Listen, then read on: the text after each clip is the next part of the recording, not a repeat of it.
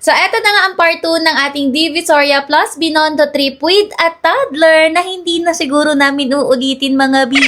Well, another gala, another day na naman kasi ang pamilyang ito. Pero rewind ko lang kayo mga Mima dahil hindi ito food vlog, hindi rin to food reco kasi puro kapaguran lang ang masishare namin sa inyo. So, di ba nga sa part 1, naipakita ko na sa inyo yung mga ilang kaganapan sa loob ng Divisoria Mall na talaga namang kotang-kota si Axel mga Mi sa pagtuturo ng mga laruan.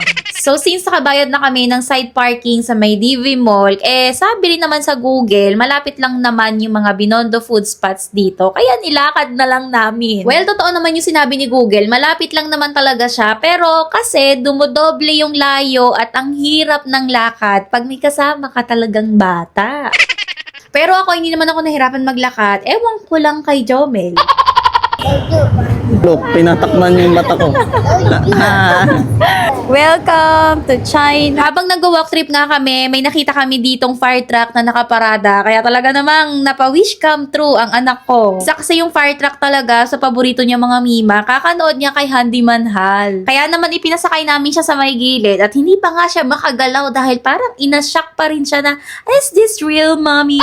Hindi ko lang na-videohan pero ayaw niya pa talagang magpababa dyan mga Mima at gusto niya pang akyatin yung itaas ng fire truck.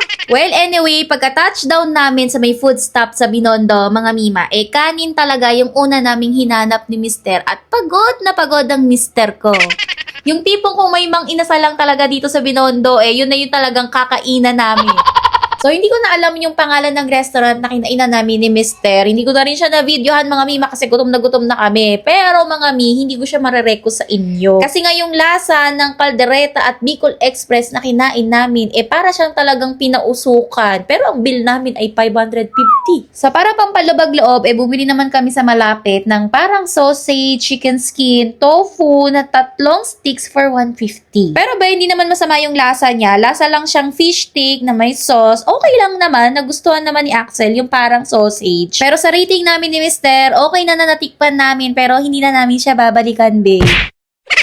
Actually, may nakasave talaga kaming listahan ni Mister kung saan kami kakain dito sa Binondo. Yung ba mga recommended at mga famous spot dito. Pero be, yung pila is not giving. Lalo na kung may kasama kayong sobrang kulit na toddler kagaya ni Axel. Kaya kapag nakikita namin na mahaba ang pila, auto X yan. Pero meron ako mga ilan na sinubukang pilahan, mga Mima. Lalo na yung sikat na milk tea and then yung may sikat na hopya.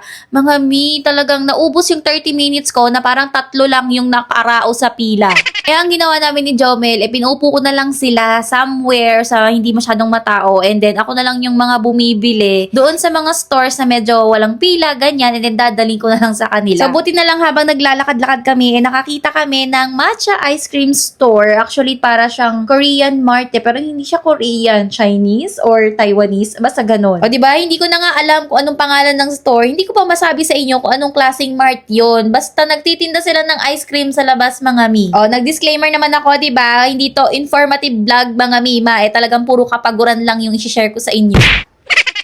Pero feeling ko, wrong timing lang talaga yung punta namin sa Binondo. Kasi Sunday kami pumunta, mga Mima. Kaya talagang blockbuster ang mga pila. Kaya lesson learned, sa susunod, kahit maawa kayo sa anak ninyo dahil iiwanan nyo siya sa bahay, tiisin ninyo yung awa ninyo. Charot.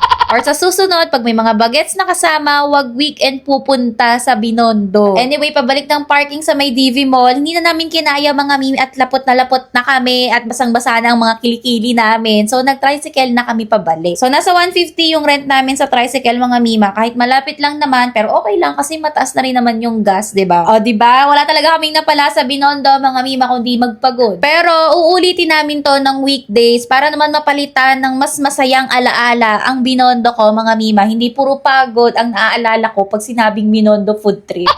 Pero sa ngayon, hanggang dito na lang muna tayo, mga Mima, and see you on the next Jumanji adventure. Bye-bye!